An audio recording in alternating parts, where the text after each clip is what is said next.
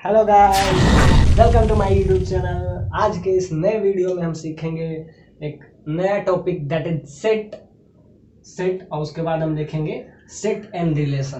क्योंकि आप 10th पास हैं तो 10th पास करने के बाद आपके लिए सेट बहुत इंपॉर्टेंट है, क्योंकि सेट अगर आपको आएगा तो इसका रिलेशन फंक्शन से भी है और आगे भी बहुत सारे चैप्टर से है। तो आज के हम इस लेक्चर में देखेंगे सेट एंड रिलेशन। शुरू करते हैं। The new topic is set and relation. आइए देखते हैं सेट। आप सेट देख रहे हैं तो व्हाट इज सेट, सेट किसको कहते हैं, इसके क्या मतलब होता है, सेट हम किसको कहते हैं और इसके मतलब क्या होता है। तो set is something collection of कुछ किसी भी चीज का collection of word, well defined collection of things is called the set.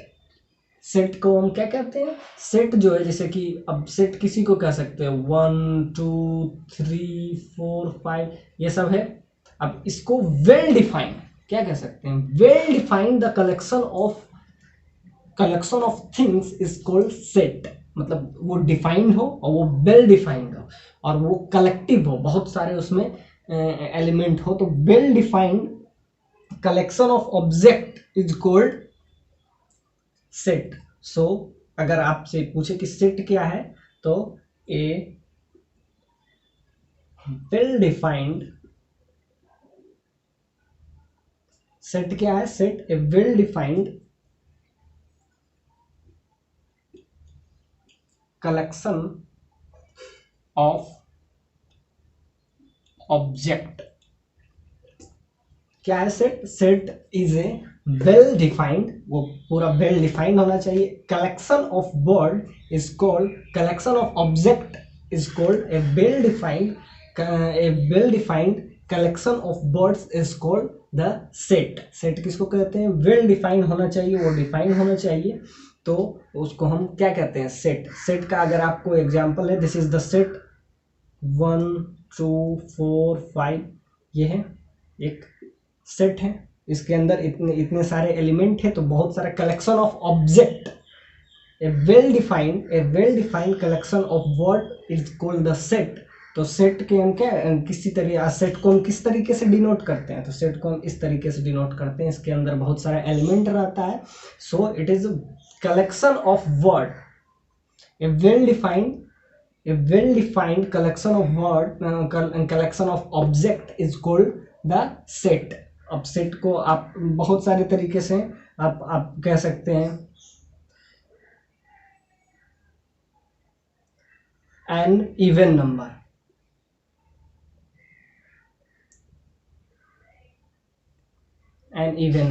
Even number अब क्या हुआ, बहुत सारा से इसके अंदर क्या आ जाएगा, बहुत सारे इवन नंबर में अगर आप देखिएगा तो 2 4 6 8 10 अप टू सो ऑन, तो ये क्या हो जाएगा, वेल डिफाइंड, ये डिफाइंड है क्या, इवन नंबर। तो इवन नंबर तो बहुत सारा है, तो ये सारा इवन नंबर इसका क्या हो जाएगा, सेट हो जाएगा। ये सेट में इतने सारे इवन नंबर का सेट हो जाएगा। और वैसे भी कह सकते हैं एन ए ऑड नंबर। अब अगर हम ऐसे कहते हैं इवन नंबर, तो इवन नंबर का सारा सेट ये हो गया। ऑड नंबर का अगर हम सेट लेंगे तो क्या हो जाएगा, 3 6 1 3 6 9 अप टू सो ऑन, तो क्या हो जाएगा, ये क्या हो जाएगा, ये this is the collection of word. Set क्या है, कलेक्शन है। A well defined the collection of object is called set. A well-defined collection of word is called set। and even number, अब आपको क्या है, इसमें बहुत सारे चीज आप लिख सकते हैं, इवन नंबर, ऑड नंबर। अब इसके अंदर लिख सकते हैं प्राइम नंबर। इसको हम क्या हमेशा इस टाइप से डिनोट करते हैं, ये इसका डिनोट का डायरेक्शन। अब इसमें प्राइम नंबर बहुत सारा है, 2 5 7 अप टू सो ऑन, इसमें बहुत सारे प्राइम नंबर आएंगे, तो ये क्या होता है, a well defined the collection of object is called set. अब हम इसके देखते हैं सेट, आई थिंक आपको समझ में आ रहा है, और हम इसके कुछ टाइप ले लेते हैं। अब सेट को आप ऐसे भी कर सकते हैं, boys.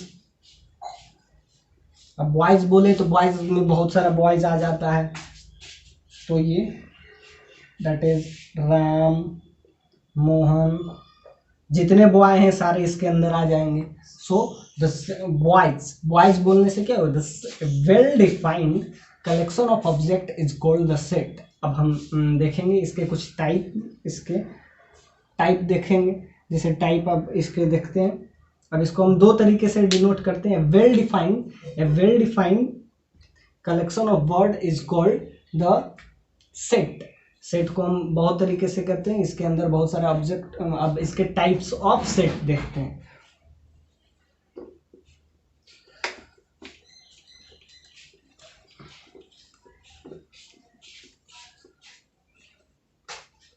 Types of set, types of sets. अब इसके टाइप ऑफ सेट में हम देखेंगे, इसमें क्या है, फर्स्ट है आपका एम्प्टी सेट। एम्प्टी सेट, अब जैसा कि नाम से ही आपको पता है क्या है एम्प्टी सेट, मतलब ऐसा हमको कलेक्शन ढूंढना है जिसमें नंबर ऑफ एलिमेंट क्या होना चाहिए, कुछ भी नहीं होगा। इसी को हम क्या सकते हैं, एम्प्टी बोल सकते हैं, या इसी को हम क्या नाम देते हैं, नल सेट्स, या इसी का नाम हम और देते हैं क्या, वाइड सेट। वाइड सेट, इसका बहुत सारे नाम है। क्या, इसको हम एम्प्टी सेट कहते हैं, यानी a set, a sets contains, a set contains no element, मतलब इस एक सेट के अंदर एक भी एलिमेंट ना हो। तो जैसे उस सेट का नाम हम क्या देते हैं, एम्प्टी सेट, नल सेट या वाइड सेट। यानी कि इसका अगर हम कहते हैं a set is called empty या null set if it has no element, मतलब कि a set contain no element, then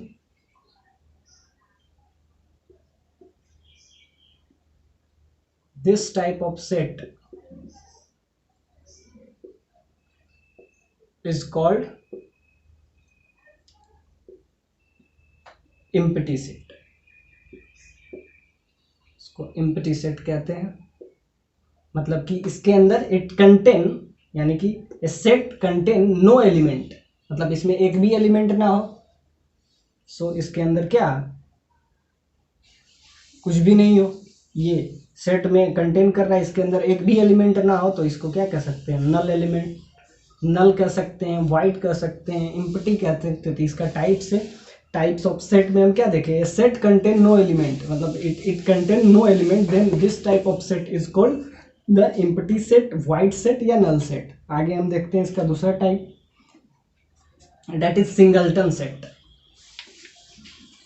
जैसा कि नाम से ही पता चल रहा है सिंगलटन, मतलब उसमें सिंगल एलिमेंट होना चाहिए। बहुत सारा का तो नाम से ही पता चलता है, जैसे कि इसका क्या नाम है, सिंगलटन सेट। सिंगल से बना singleton, singleton sets. It contain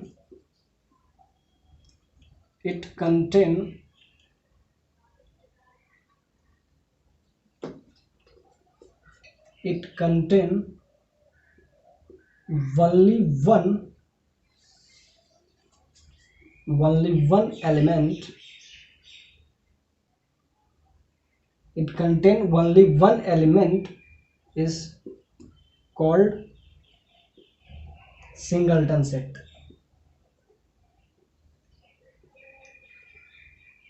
singleton set मतलब कि वैसा सेट जो सिर्फ एक ही एलिमेंट कंटेन करे, यानी कि इसके अंदर सिर्फ एक ही एलिमेंट आए। जैसे वन, दिस इज, ये एक सेट है जिसके अंदर सिर्फ एक एलिमेंट है, वो 1 है तो ये क्या हो जाएगा, this is the example of singleton set. नाम से ही पता चलता है, सिंगल से सिंगलटन आ गया। वो एम्प्टी सेट था, उसमें एम्प्टी नल मतलब जिसमें एक भी एलिमेंट ना हो, ये क्या है, it contain only one element, ये एक ही एलिमेंट शो करता है, so it is called singleton set. अब इसमें आप लगा सकते हैं, ये एग्जांपल हो जाएगा 5 है, इसके अंदर सिर्फ एक एलिमेंट है, तो एक एलिमेंट अगर हो तो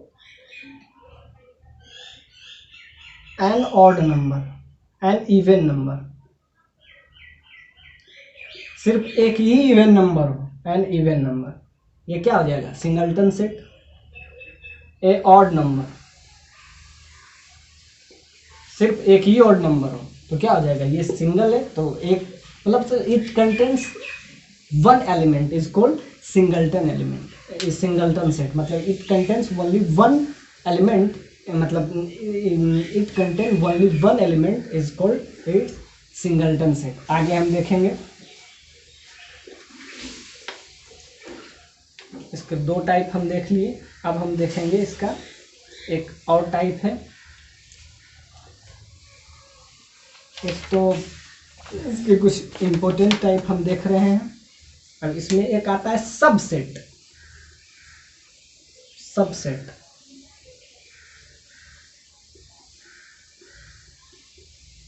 सबसेट नया टर्म है subset. If A and B are two non-empty set, non-empty set मतलब क्या है, ये हम A और B दो ऐसा नॉन एम्प्टी सेट एज्यूम किए। इफ सबसेट का हम ले गए, if A and B are two non empty set,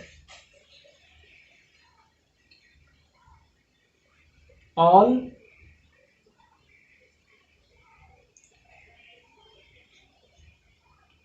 element, all element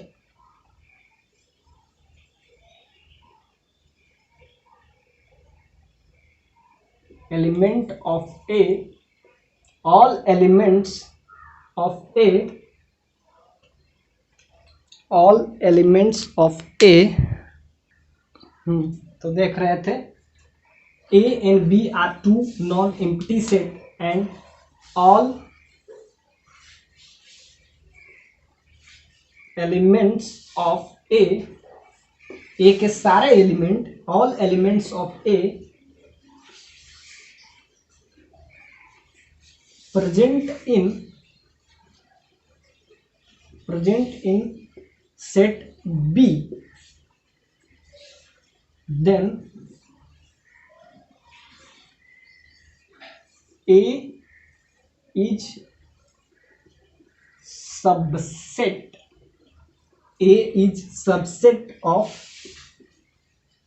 set B. It denotes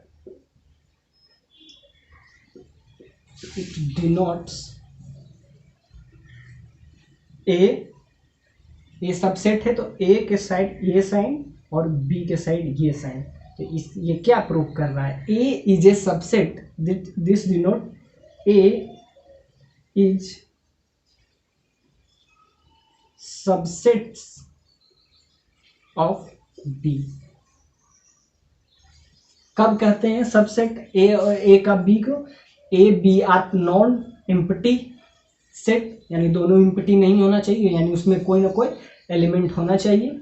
और अब देखते हैं क्या कहते हैं, all are empty set, all element of A present in set B, मतलब A का सारा एलिमेंट B में प्रेजेंट हो, A का सारा एलिमेंट अगर B में प्रेजेंट हो, देन A क्या है, A is subset of B, ये क्या हो जाता है सबसेट है। इसको डिनोट कैसे करते हैं, A is a subset of B, कब, जब A का सारा एलिमेंट B में प्रेजेंट हो। जैसा कि हम एक एग्जांपल लेते हैं, एक A के अंदर है क्या, एक सबसेट हम लेते हैं 1 2 5 9 11 13।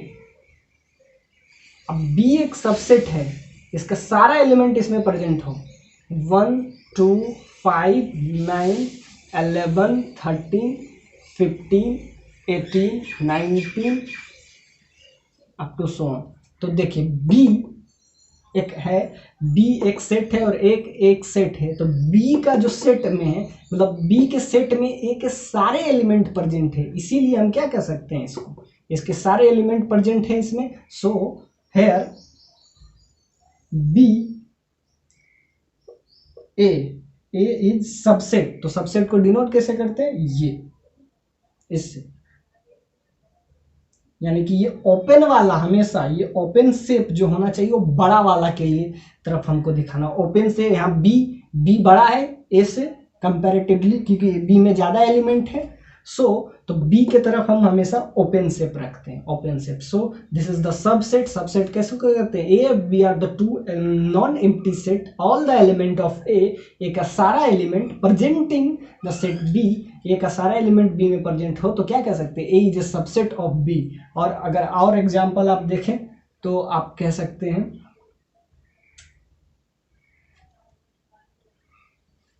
ए के अंदर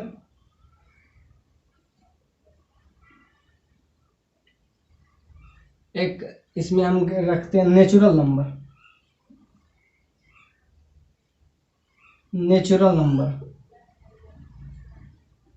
ए एक सबसेट है जिसके अंदर क्या है, क्या हम बताए थे, set is a collection of object, सारे ऑब्जेक्ट का कलेक्शन है। तो एक सबसेट है, ए सबसेट है, उसके अंदर क्या है, नेचुरल नंबर। अब बी एक सबसेट है जिसके अंदर क्या है, होल नंबर। ए के अंदर है नेचुरल नंबर और बी के अंदर क्या है, होल नंबर। तो यहां से भी दिख रहा है ए क्या, सबसेट है। तो सबसेट है तो इस तरीके से A is a subset of B, क्योंकि होल नंबर के अंदर सारा नेचुरल नंबर इंक्लूड होता है। अगर होल नंबर कहाँ से शुरू होता है, होल नंबर 0 से शुरू हो जाता है और नेचुरल नंबर 1 से शुरू होता है। तो इसमें होल नंबर में सारा नेचुरल नंबर आ जाता है, इसीलिए क्या कह सकते हैं, इस एग्जाम्पल से आप कहते हैं ए क्या है, नेचुरल नंबर, बी क्या है, whole number. So A is a subset of B. यहाँ से आप देख सकते हैं, क्योंकि होल नंबर जो होता है, होल नंबर जो होता है वो मतलब उसका मतलब ए नेचुरल नंबर जो होता है होल नंबर का सबसेट होता है। क्यों, क्योंकि ये नेचुरल नंबर 1 से शुरू होता है, 1 से लेके इनफाइनाइट तक, ये शुरू हो जाता है 0 से लेके इनफाइनाइट तक, तो इसके अंदर इंक्लूड हो जाता है। So A is a subset, यानी नेचुरल नंबर जो होता है, natural number is a subset of whole number. A is a subset, so A क्या डिनोट कर रहा है, नेचुरल नंबर। तो natural number is the subset of whole number. आगे हम देखते हैं इसके कुछ लॉज, जैसे कुछ ऑपरेशन, जैसे यूनियन, इंटरसेक्शन।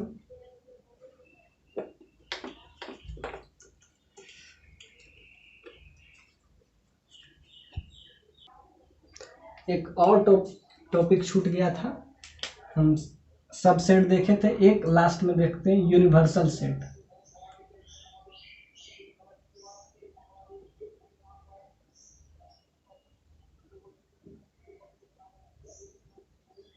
यूनिवर्सल सेट एक और देख लेते हैं, यूनिवर्सल सेट देख रहे थे। Universal set, a sets contains all sets, a sets contain all sets in given context, in given context is called universal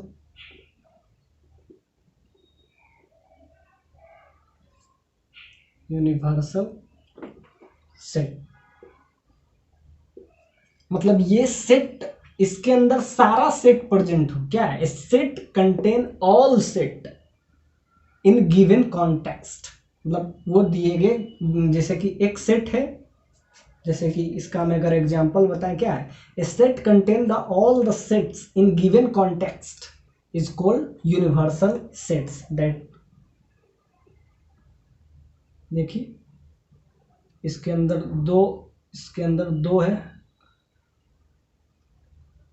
0 1 2 3, ये कुछ ऐसा है।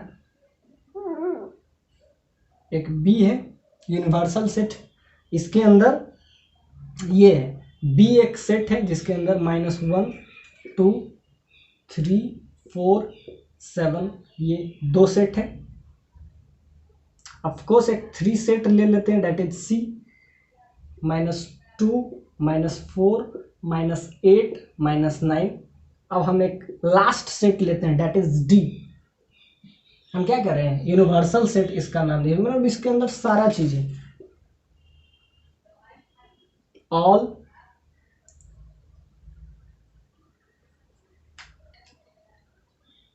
इंटीजर्स, मतलब इसके अंदर डी जो है एक ऐसा सेट है जिसके अंदर सारा इंटीजर आ जाता है। अगर सारा इंटीग्रल वैल्यू इसके अंदर आ जाता है तो D in this case T is universal sets, क्योंकि इसके अंदर सारा चीज आ जाएगा। ये सारा जो है इसमें कुछ भी इंटीजर है, ये भी इंटीजर है, ये क्या है, all integer, all integral value. तो ऑल इंटीग्रल वैल्यू में क्या है, इसको आप ये भी कह सकते हैं डी डिनोट्स जेड। जेड क्या है, where Z is all integral value, integral value, इसके अंदर सारा इंटीजर आ जाता है, so it's contain all integral value. D क्या है, डी इज जेड। इसको आप इससे भी डिनोट कर सकते हैं, जेड का मतलब है इसके अंदर समथिंग लिमिटेड है, इसके अंदर बहुत सारे हैं, इसीलिए इसको D is a universal set, यानी कि इसके अंदर सारा सेट है। It A set contain all set, यानी ये जो सेट है इसके अंदर सारा सेट कंटेन हो जा रहा है। So a set contain the all set in given context, in given, इस कॉन्टेक्स्ट का मतलब ये कोई भी कॉन्टेक्स्ट अगर दिया रहे, कोई भी एग्जांपल दिया, उसके रिस्पेक्ट में हम बात करते हैं, इसलिए इन गिवन कॉन्टेक्स्ट। यानी ये अगर कॉन्टेक्स्ट इंटीजर नंबर का हम कॉन्टेक्स्ट दे रहे हैं तो इसके अंदर क्या है, डी के अंदर Z, Z is all integral value, इसमें सारा इंटीग्रल वैल्यू आ जाएगा, तो ये तो इसमें आ ही जाएगा। तो क्या है, a set contain all the set, इसके अंदर सारा सेट आ जाएगा। A set contain the all the set in given context is called the universal set. इसका क्या नाम देते हैं हम लोग, यूनिवर्सल सेट। और आगे हम एक बेसिक सा क्वेश्चन करेंगे और उसके बाद हम फिर इसके नेक्स्ट टॉपिक पे जाएंगे।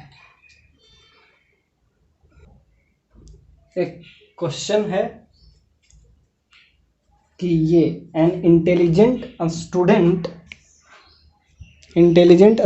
इन ए क्लास इज ए, कौन सा सेट है आपको बताना है, 4 ऑप्शन है। A collection of intelligent student in a class, class के अंदर इंटेलिजेंट स्टूडेंट है वो कौन सा सेट है, ये आपको बताना है। वो नल सेट है,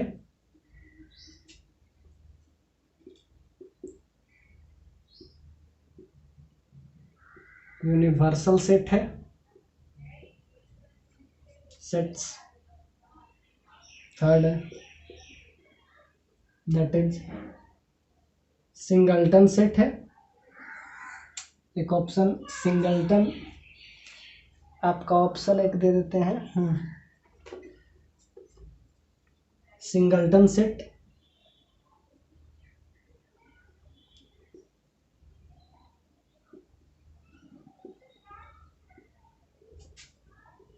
सिंगलटन सेट रख लीजिए या सबसेट भी रख लीजिए, सबसेट नहीं।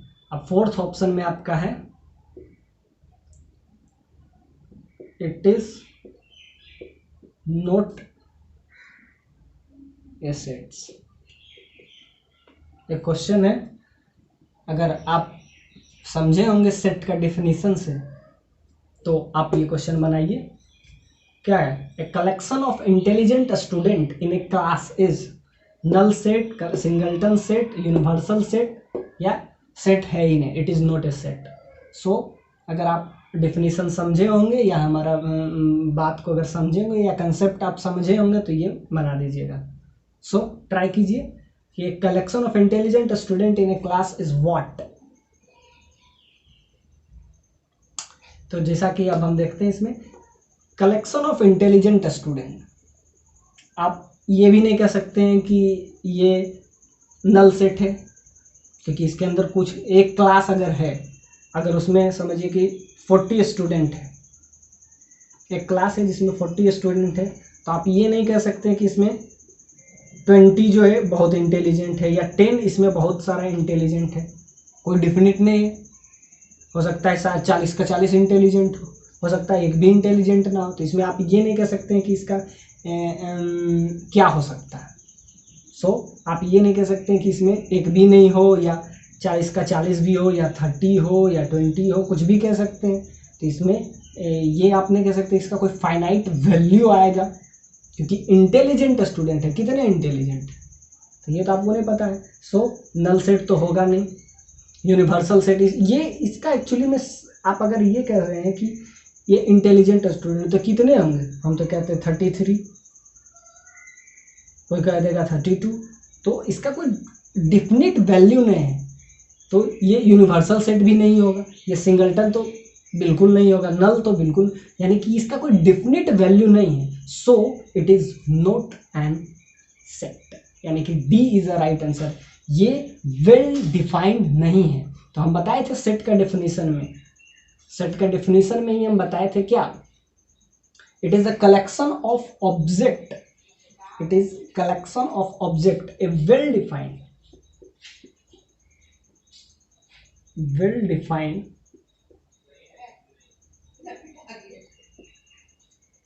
a collection of object, यानी कि एक कलेक्शन ऑफ ऑब्जेक्ट है, इसमें क्या है, कोई फाइनाइट वैल्यू नहीं आ रहा है। So it is not an set. So देखते हैं नेक्स्ट क्वेश्चन, यानी ये सेट है ही नहीं। तो देखते हैं दूसरा क्वेश्चन,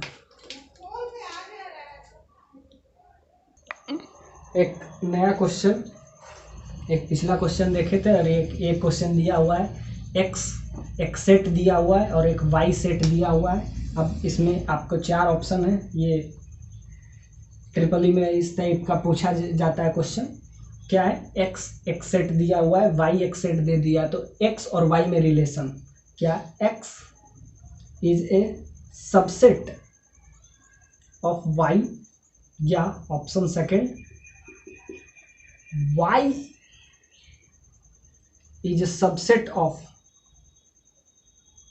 एक्स, या थर्ड ऑप्शन ये है X is equal to Y, इसको आप कैपिटल वाई ले लें,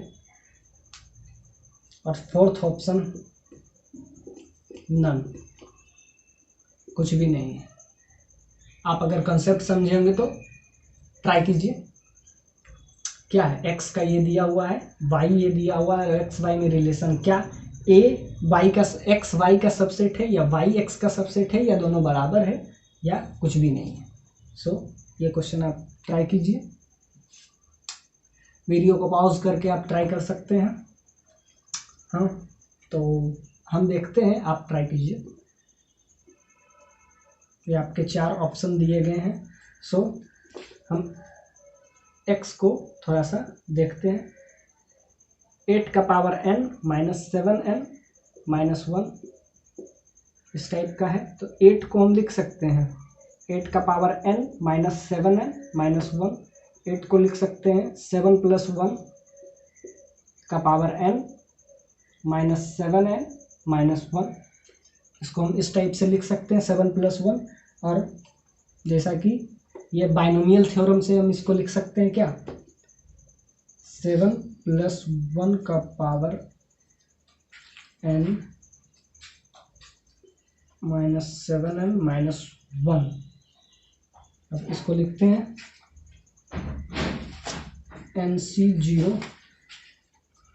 NC0, तो क्या हो जाएगा 7 का पावर n। सिमिलरली NC2, तो क्या हो जाएगा 7 का पावर n माइनस 1। सिमिलरली ऐसा चलता रहेगा। इसका हम बाइनोमियल एक्सपेंशन लिख दिए। अब क्या लिखेंगे NCN, क्या हो जाएगा 7 का पावर कुछ नहीं रहेगा तो NCN, और एक पहले क्या होगा NCN माइनस 1, और यहाँ 7 होगा। इसमें क्या होता है वैल्यू घटते जाता है, तो यहाँ से अगर आप निकालिएगा तो क्या आ जाएगा, ये लास्ट वाला दो वैल्यू, लास्ट का दो वैल्यू NCN का वैल्यू क्या आता है, और उसके बाद क्या होता है 1 का पावर कुछ भी होगा, वैल्यू तो कोई चेंज नहीं करेगा है। यहाँ क्या होता है 1 का पावर 0, 1 का पावर 1, 1 का पावर 2, यहाँ क्या हो जाएगा 1 का पावर n, यहाँ क्या हो जाएगा 1 का पावर n। कि 1 का तो कुछ भी पावर रहेगा तो वैल्यू तो चेंज करने ही वाला नहीं है। तो यहाँ से क्या आ जाता है, यहाँ से आपका आ जाएगा n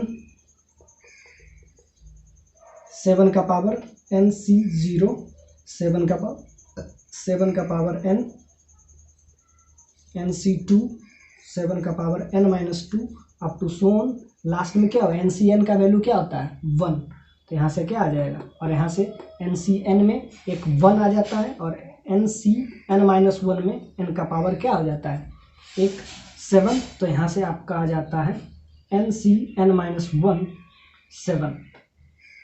तो यहाँ से क्या आ जाता है, इसका वैल्यू आ जाता है 7n। क्वेश्चन तो आप लिख ही लिए होंगे, तो ये क्वेश्चन हम मिटा देते हैं। इसको हम ऊपर करते हैं 7 + 1 का पावर n, इसको 8 को लिखें, और इधर क्या चल रहा था 7n माइनस 1। अब इसको हम क्या लिख सकते हैं, इसका एक्सपेंशन यहाँ लिख दिए। तो लास्ट का दो टर्म हम देखेंगे, यहाँ से हो जाएगा, या हम इसको 7 + 1, 1 + भी 7 इसको लिख सकते हैं, पावर 1, यहाँ है 7n माइनस 1। तो इसको हम लिख सकते हैं, इसका एक्सपेंशन में लिखेंगे NC0, 7NC0 that is 1 plus 7 का पावर 0, और इसका 1 का पावर कुछ भी कोई फर्क नहीं पड़ता है। n यहाँ क्या हो जाएगा 1 का पावर n, यहाँ हो जाएगा क्या, फिर प्लस NC1, तो 7 का पावर 1, तो यहाँ से क्या आ जाता है अप टू सोन। बस हमको दो ही टर्म लेना है इससे। अब बाकी क्या चल रहा था -7n माइनस 1, इसका वैल्यू क्या आता है दैट इज 1, फर्स्ट टर्म का NC0 दैट इज 1, और 1 के पावर n, 1 का पावर कुछ भी 1, यहाँ से क्या आ जाता है ये n, और ये क्या आता है 7, यहाँ से NC1 दैट इज 7n, और आगे क्या आ जाएगा 7 का स्क्वायर, 7 का क्यूब, यानी कि आगे का कुछ भी जो टर्मोलॉजी होगा 7 से ज़्यादा है, पावर 7 स्क्वायर से ज़्यादा ही आएगा। और इसका क्या है 7n माइनस 1, तो इससे 1 से 1 कैंसिल, और 7n से 7n कैंसिल, और आगे जो भी आएगा वो 49 का मल्टीपल होगा, आएगा आगे जो भी आएगा वो 49 का, यानी x, हम x को डेराइव कर रहे थे तो x क्या आ गया 49n, और क्या y क्या दिया हुआ है, y आपका वैल्यू दे दिया था, y इज 49n माइनस 1। ये क्या है 49n, n में इसमें कोई भी इंटीजर आप रख सकते हैं, n 1 2 3, सो इसके अंदर बहुत सारा वैल्यू आ रहा है। सो x का जो वैल्यू है, y का वैल्यू क्या है 49 n माइनस 1 है, और ये क्या आ रहा है 49, आगे क्या आता है n square, n cube, n के पावर 4। सो x यहाँ ज़्यादा है, x का वैल्यू बहुत ज़्यादा है y से। सो तो क्या हो जाएगा यहाँ पे y जो है y कम है, तो y क्या है सबसेट है, y is a subset of x, यानी कि ऑप्शन आपका कौन सा है, ये सही है। क्या है ये option second is right answer. क्या है, y is a subset of x, x का वैल्यू क्या आ रहा है, x का वैल्यू कुछ भी आ रहा है, देखिए अभी क्या आ जाएगा, इसको आप आगे बढ़ाइएगा तो NC2 7 का स्क्वायर, NC3 7 का cube, NC4 up to so on.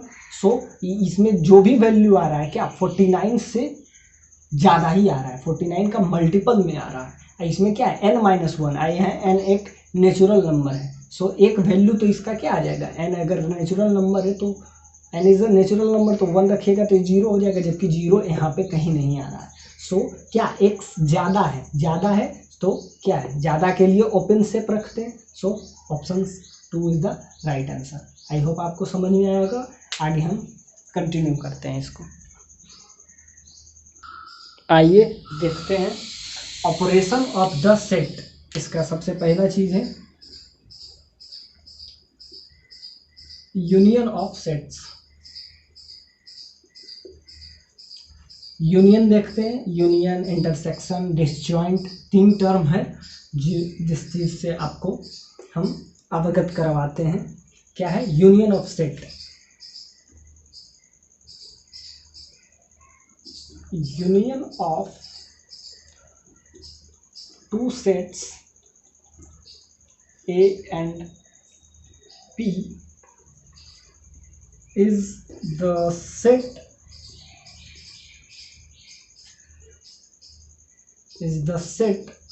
of all those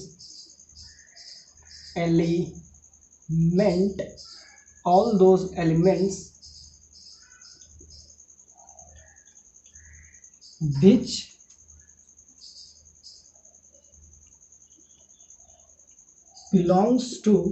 which belongs to A or P or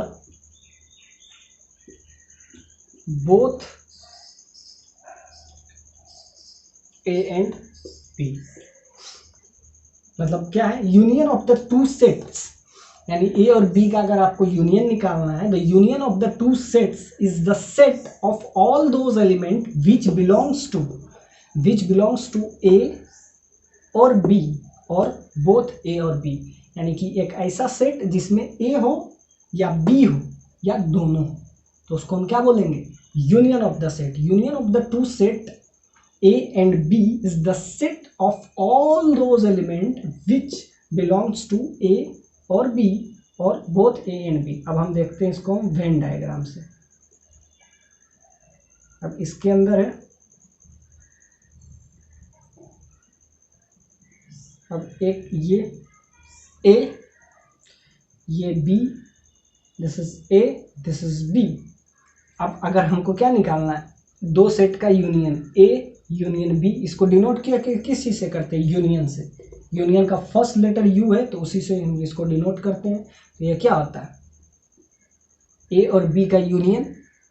तो यूनियन क्या हुआ, या तो ए में होना चाहिए, ए में, या बी में होना चाहिए, या दोनों में होना चाहिए। यानी यूनियन हम किसको कहते हैं, union of the 2 set A and B is the set of all those elements which belongs to A और बी और बोथ। यानी या तो सिर्फ ए में होना चाहिए, जो कि ये सिर्फ ए, या तो सिर्फ बी में होना चाहिए, सिर्फ बी में। ये आपका क्या हुआ, या तो ए या तो बी। ये वाला जो है दोनों का है, तो क्या होना चाहिए, ए में भी होना चाहिए, या तो ए का होना चाहिए या बी का होना चाहिए, या ये देखिए ये वाला है ए में भी है बी में है, तो ये भी आपका आ जाएगा। यानी कि या तो ए में होना चाहिए और या तो बी में होना चाहिए या दोनों में होना चाहिए। The union of the 2 set A and B is the set of all those elements which belongs to A and B and A और बी और बोथ। आगे हम देखते हैं इंटरसेक्शन। तो इसमें क्या होगा, या तो ए में होना चाहिए या बी में, या ये वाला देखिए बीच वाला पोर्शन है ना, ये दोनों ए एंड बी बोथ, क्या ए में होना चाहिए या बी में होना चाहिए या दोनों में होना चाहिए। तो क्या आता है, उस सेट का हम क्या निकालते हैं, यूनियन। अब हम क्या देखेंगे, next topic is my intersection.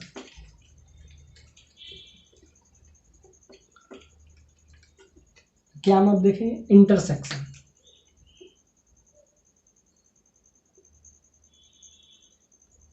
Intersection of two set.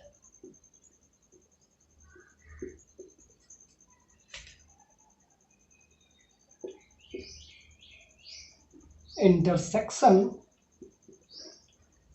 of sets A and B, A और B का अगर हमको इंटरसेक्शन निकालना है, intersection of the two set A and B is the sets of all those elements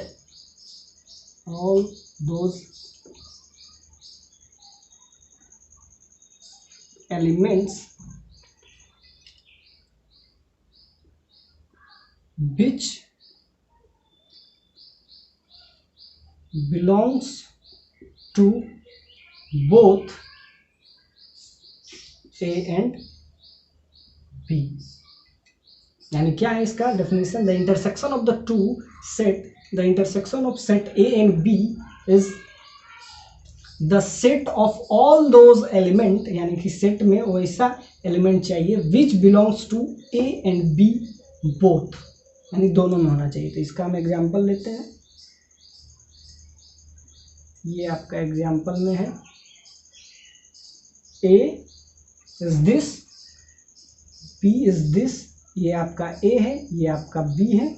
तो क्या हम कहें, the intersection of the set A and B is the set of all those elements which belongs to both A and B, यानी कि A and B दोनों में present होते। ये वाला आपका पोर्शन दिख रहा होगा क्लियरली, ये वाला पोर्शन, ये वाला पोर्शन आपका हो जाता है A। इसको क्या है, उसको U से डिनोट करते थे, इसको उल्टा U से, दिस इज A इंटरसेक्शन, इसको क्या बोलते हैं, ये वाला जो पोर्शन है आपका, ये सारा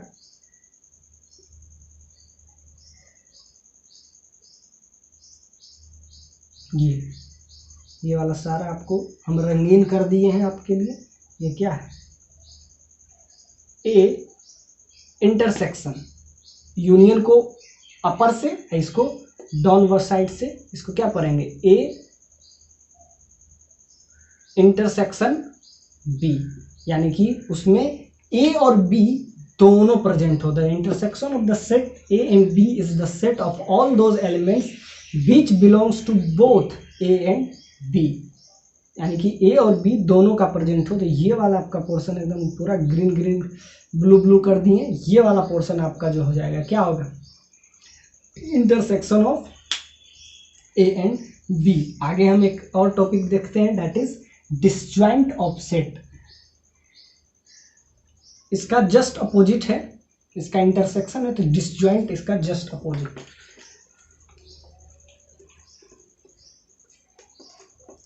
इसमें हम क्या कह रहे थे, एडजॉइंट दोनों का होना चाहिए, इसमें दोनों का नहीं होना चाहिए।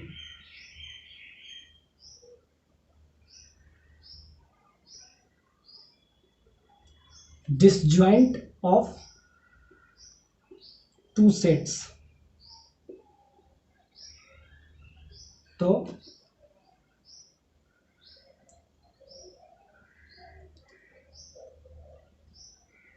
disjoints of two sets is the set is the sets of all those elements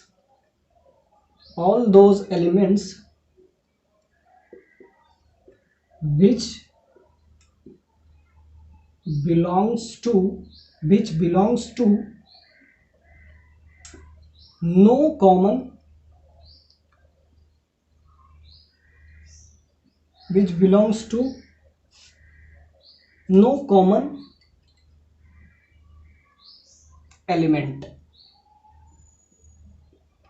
मतलब डिसजॉइंट किसको कहते हैं? The disjoint of a two element two set is the set all those element which belongs to no common element, यानी कि एक दूसरे में common नहीं होना चाहिए, तो उसको हम क्या कहते हैं? डिसजॉइंट। यानी कि ये इंटरसेक्शन का जस्ट उल्टा है, यानी कि इसमें कोई कॉमन एलिमेंट नहीं मिलना चाहिए। तो डिसजॉइंट के लिए देखिए हम क्या है, इसके लिए हम एग्जाम्पल आपको देंगे। ये डिसजॉइंट, अब इसमें कोई कॉमन नहीं हो, जैसे ए ऐसा हो तो बी ऐसा हो, ए ये है और बी ये है, तो A and B are disjoint set.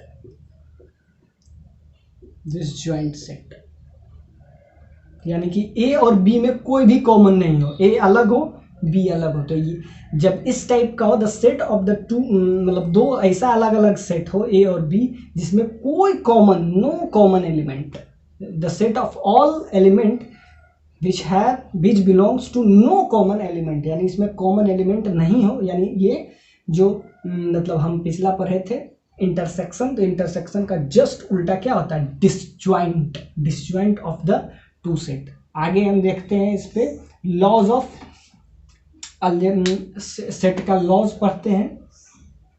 So operation आपका खत्म हुआ।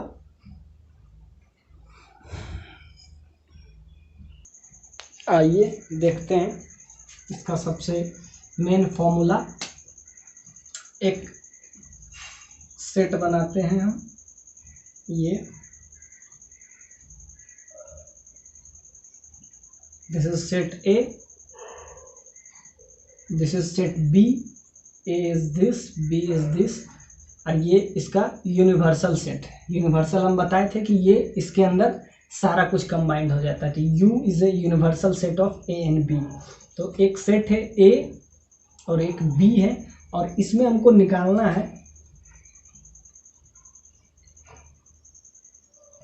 ए union B. A union B यानी ये दोनों का हमको यूनियन निकालना है। ए यूनियन बी यानी ए और बी का हमको क्या इसमें निकालना है? यूनियन निकालना है। आइए देखते हैं इसका नया टॉपिक, दैट इज अगर A union B union C हो और ये एक दूसरे से कंबाइंड हो, क्या ए यूनियन बी और ये बी यूनियन सी कंबाइंड हो, तो इसको हम ऐसे भी लिख सकते हैं ए यूनियन बी और उसके बाद यूनियन हम क्या सी लिख सकते हैं। इसी को हम ऐसे लिखते हैं, इसको क्या हम बोलते हैं? Associative properties. एसोसिएटिव लॉज मतलब A union B union C हो और बी पे ये, इस पे हम ब्रैकेट लगाए हो, तो हम ये इसको हम एक्सटेंड करते हैं, तो यानी कि ये सेट जो है एसोसिएटिव लॉ को फॉलो करता है।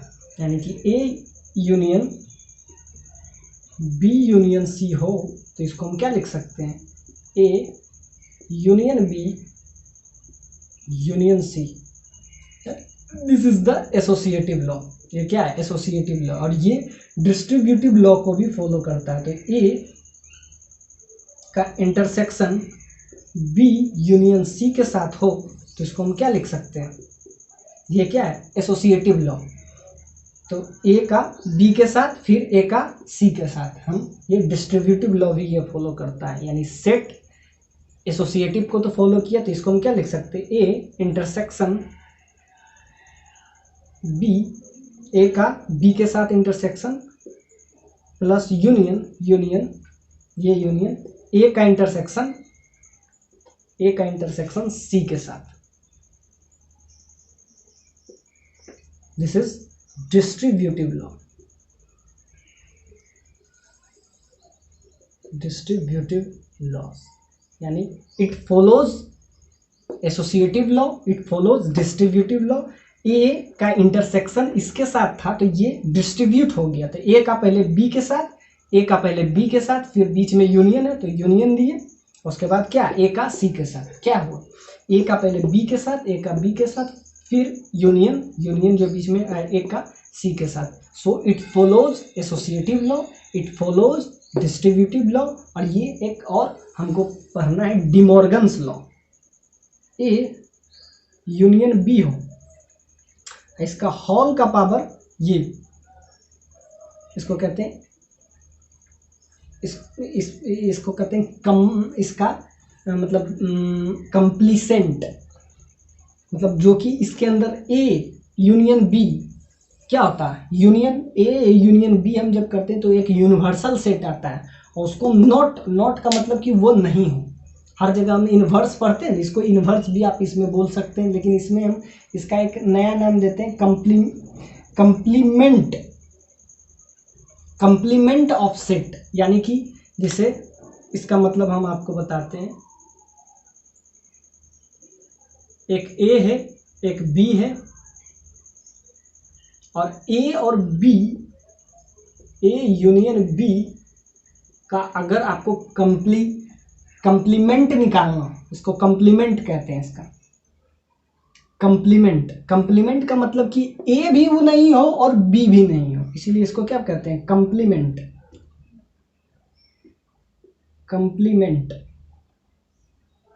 मतलब ना ए हो, यानी कि ये अगर ये है तो यानी कि ए के बाहर हो जाएगा, ये यूनिवर्स है तो इसके बाहर हो जाएगा, यानी कि ये ए भी ना हो और ये बी भी ना हो। तो इसी पे हम डिमॉर्गन्स लॉ लगाते हैं, ए यूनियन बी पे। तो ये क्या होता है, ए पे नॉट, यूनियन क्या इंटरसेक्शन में तब्दील हो गया, और बी पे नॉट, ये हो गया आपका डिमॉर्गन्स लॉ।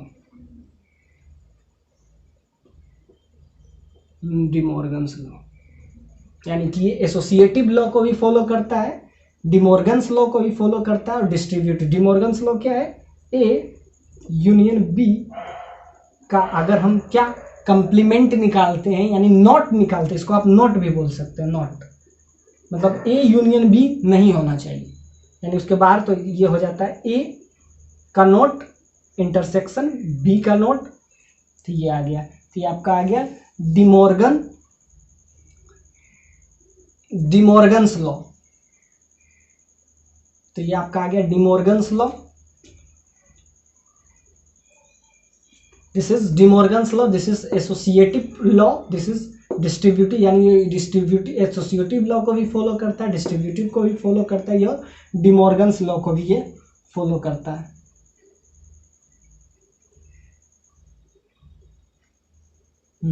और अगर ये यूनियन इंटरसेक्शन में होता तो ए इंटरसेक्शन बी पे अगर हम डिमॉर्गन्स लॉ लगाएं, दैट इज नॉट, तो ये क्या हो जाता है, अगर यूनियन इंटरसेक्शन में तो इंटरसेक्शन यूनियन में, ए नॉट ये इंटरसेक्शन है तो ये यूनियन में हो जाएगा, अब B not, this is De Morgan's law.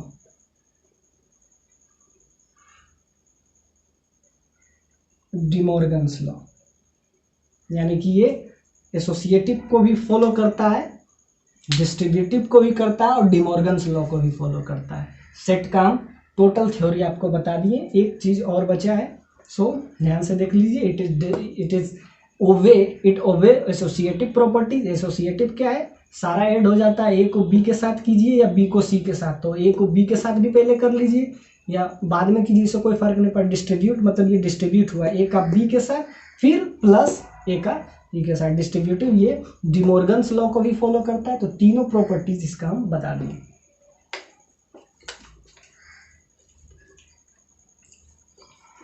आगे इसका एक लॉ है जो it's very important, that is एक आपका ये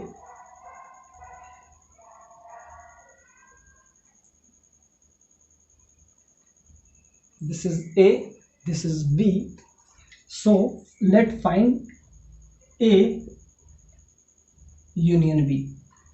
हमको क्या निकालना है, ए यूनियन बी, यानी कि ए हो बी हो या दोनों हो। तो जब हम इसको निकालते हैं ए यूनियन बी, इसको एन नाम दे देते हैं, नंबर निकालना है ए यूनियन बी, तो इसका क्या होता है, हमको ए भी निकालना है बी भी निकालना है, दोनों भी निकालना है। तो सो एन ए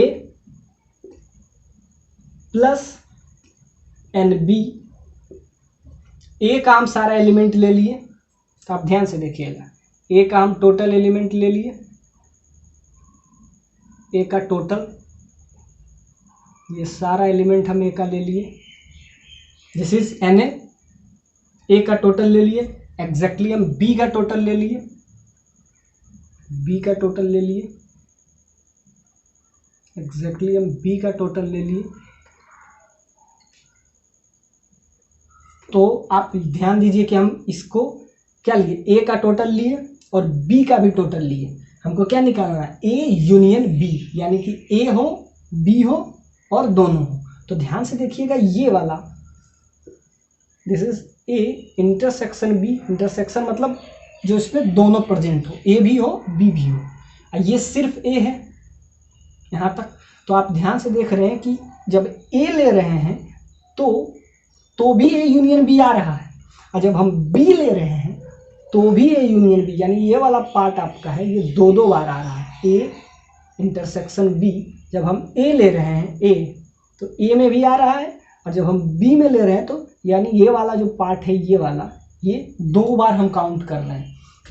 क्या किए, ए यूनियन बी हम निकाले, हम पहले ए ले लिए, तो ए यहाँ तक आ जाएगा, यहाँ तक, तो ये वाला आया। और जब हम बी ले रहे हैं तब भी ये पार्ट, यानी ये वाला जो पार्ट है ये दो बार आ रहा है। जब दो बार आ रहा है तो एक बार हमको इसको घटाना पड़ेगा। सो एन ए इंटरसेक्शन बी, क्यों घटाए, जब हम ए ले रहे हैं तब भी ये वाला पार्ट आ रहा है, ये वाला, इसको हम थोड़ा सा हटा देते हैं, ये वाला पार्ट आपको अब क्लियरली दिख रहा होगा।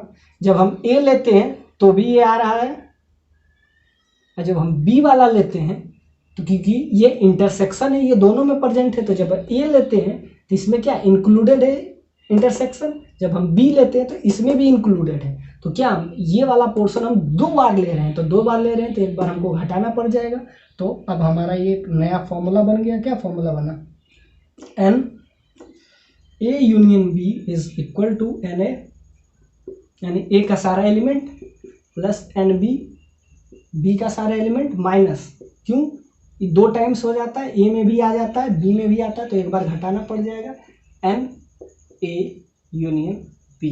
सो आपको अगर ए यूनियन बी निकालना है तो उसके लिए आपका एक फॉर्मूला ये बन गया, दैट इज स्टार पॉइंट।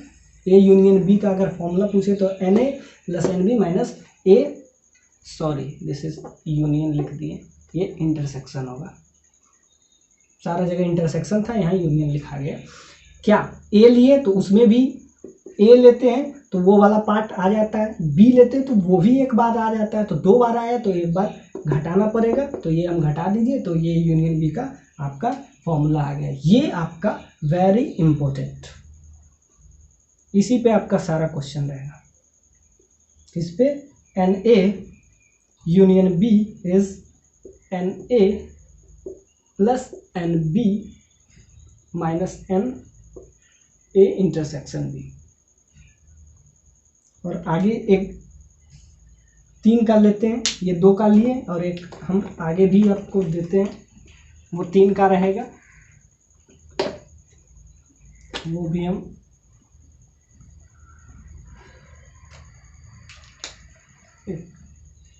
बता देते हैं, आपका सारा थ्योरी क्लियर हो जाएगा।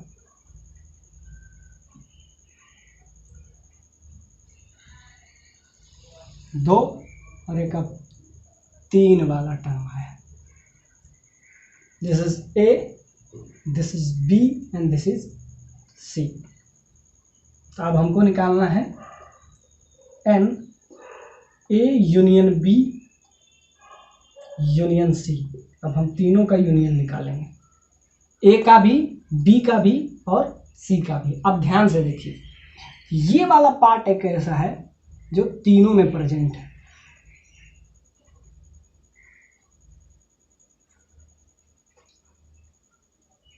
ये वाला पार्ट तीनों में प्रेजेंट है। सो अगर हम इसमें लिखते हैं Na plus Nb plus Nc,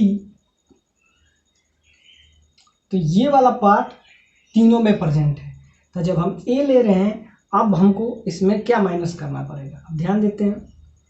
common part इसमें हमको करना पड़ेगा, Na यूनियन B,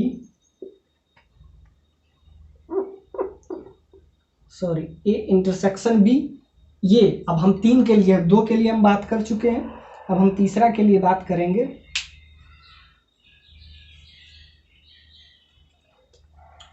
अब A और B का यूनियन देखते हैं। A और B का यूनियन में ये पूरा आ जाएगा, ये A में भी है B में भी है। हम ध्यान से देखते हैं, हमको क्या निकालना है, Na union B union C, तीनों का निकालना है। तो इसमें हम क्या करते हैं, पहला फॉर्मूला होता है Na जब ले लिए और Nb ले लिए और Nc ले लिए। तो अब ध्यान से लेना है कि ये वाला पार्ट हम दो बार ले रहे हैं, क्योंकि ये वाला पार्ट एक A में भी आ जाता है और एग्जैक्टली एक बार B में भी आ जाता है। ध्यान देने वाला बात है, जब हम A और B लेते हैं तो ये A यूनियन B वाला पार्ट दोनों बार आ जाता है। तो क्या, जैसा कि हम पिछला जो बताए हैं उसी से हम इसको कोरिलेट कर रहे हैं। क्या कर रहे हैं, जब हम A यूनियन B में हम A और B दोनों लेते हैं तो A यूनियन B का दोनों पार्ट में हम एक बार ज़्यादा ले लेते हैं, तो एक बार इसके लिए घटा दिए, एग्जैक्टली A और B में हम लिए, फिर B और C में लिए, फिर हमको घटाना पड़ जाएगा Na, हमको फिर घटाना पड़ जाएगा A का B का यहाँ फिर हो जाएगा B का C के साथ, exactly B intersection C minus N C intersection A, C का A के साथ या A का C के साथ, और उसमें हम पूरा आ गया। और जब हम इस पार्ट को घटाते हैं तो ध्यान दीजिएगा, ये वाला जो पार्ट है, ये जो तीनों में प्रेजेंट है, इस सब में घट रहा है। ये वाला पार्ट हमसे निकल रहा है। जैसे हम A यूनियन B लेते हैं, ये देखिए Na प्लस NB माइनस ये क्या हो जाता है, Na प्लस NB। तो इसमें हमको एक बार ऐड करना पड़ेगा। ये पार्ट आपका सब में स्किप हो रहा है, तो इसमें उसमें सब्ट्रैक्ट करते थे Na intersection B intersection C। आप ध्यान दीजिए, क्या हम किए, Na plus NB plus NC minus Na union B minus NB union C minus NC union A plus Na plus NB plus NC। अगर आप इस फिगर को ध्यान से देख रहे हैं तो ये वाला पार्ट ऐसा है जो कि हम इस बार ऐड कर रहे हैं।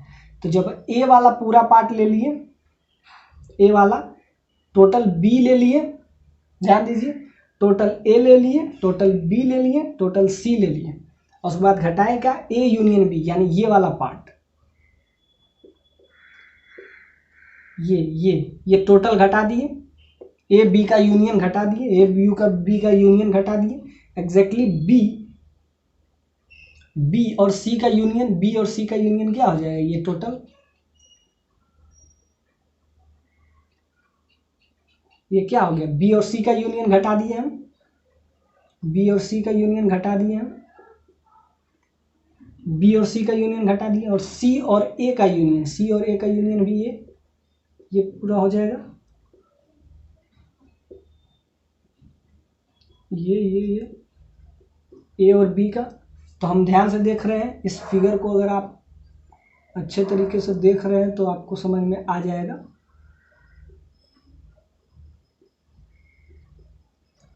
तो क्या किए, पूरा A ले लिए, फिर पूरा B ले लिए, फिर पूरा C ले लिए, उसमें हम घटाए A यूनियन, ये वाला पार्ट हम घटा दिए, ये वाला निकल गया, फिर हम B यूनियन, ये वाला पार्ट घटा दिए, ये घट गया, फिर ये वाला पार्ट घटा दिए, तीनों घटा दिए। तो आप ध्यान दीजिए, जब ये तीनों हम घटा रहे हैं, जब तीनों पार्ट हम घटा रहे हैं, तो ये बीच वाला A union B union C वाला जो पार्ट है वो हर पार्ट से घट रहा है। ध्यान दीजिए, जब हम ए यूनियन बी यहाँ से घटा दिए एग्जैक्टली, यहाँ से भी घटा दिए एग्जैक्टली, यहाँ से भी घटा दिए, तो क्या हम क्या किए, तो ये वाला पार्ट हम हर इंटरसेक्शन में ये शामिल होता है, ये वाला पार्ट। अब देखिए ए यूनियन बी जब हम घटाते हैं तो भी ये प्रेजेंट होता है, जब बी यूनियन सी रहते हैं तो भी ये प्रेजेंट होता है, जब सी यूनियन ए ले रहते हैं तब भी ये प्रेजेंट होता है। यानी तीनों केस में ये वाला पार्ट हम निकाल रहे हैं, और ये वाला पार्ट ए में क्योंकि हम ले लेते हैं और इसको हम लास्ट में सबसे निकाल रहे हैं, तो निकाल जब रहे हैं तो ये वाला पार्ट हमसे मिस हो जाता है, ये वाला पार्ट हमसे मिस होता है। क्यों? क्योंकि ये हम बी यूनियन जब सी ए यूनियन बी लेते हैं तो हटा दिए, बी यूनियन सी लिए तो भी हटा लिए, और सी यूनियन ए में भी, तो तीनों में हम हटा रहे हैं। तो एक बार हम ए और बी और सी जब लेते हैं तो हम ले रहे हैं और यहाँ हटा रहे हैं, तो यानी कि क्या हुआ, एक बार लिए और एक बार घटा दिए, तो ये वाला पार्ट क्या हो जाएगा, मिसिंग हो जाता है। जब मिसिंग हो जाता है तो इसको हमको अलग से ऐड करना पड़ता है। तो ऐड क्या करना है, A union B union C, यानी ये वाला पार्ट यहाँ क्या हो जाता है, मिसिंग हो जाता है। तो मिसिंग जब हो जाता है तो इसको हमको लास्ट में ऐड करना पड़ता है। क्यों मिसिंग होता है, जब ए यूनियन बी लेते हैं तो इधर से हट जाता है, बी यूनियन सी लेते हैं तो इधर से हट जाता है, सी यूनियन ए लेते हैं तो इधर से, मतलब ए यूनियन बी लिए तो इधर से, बी यूनियन सी लिए तो इधर से, और सी यूनियन ए लिए तो इधर से, सारा में घट गया। यानी कि ये वाला पार्ट सबसे निकल गया, तीनों से निकाल लिए। सो ये वाला पार्ट हमको क्या, ये वाला पार्ट, ये वाला ध्यान से देखिए, क्यों घटाते हैं, बहुत बढ़िया से फील आ जाएगा। क्या किए हम, जब हम बी यूनियन सी लिए तो ये वाला ए यूनियन बी लिए तो भी घटा दिए, बी यूनियन सी लिए बी और सी का तो भी हम घटा दिए, जब सी यूनियन ए लिए सी और ए का तो भी हम घटा लिए। यानी तीनों केस में हम घटा लिए, और यहाँ इस केस में शामिल है, तो तीनों केस में घटा दिए, तो ये वाला पार्ट मिसिंग हो गया तो इसको हमको ऐड करना पड़ा, तो प्लस है। सो अब फॉर्मूला आपका बन गया, क्या फॉर्मूला बना, n A union B union C is what n A plus n B plus n C minus n A union B minus n B union C, sorry this is intersection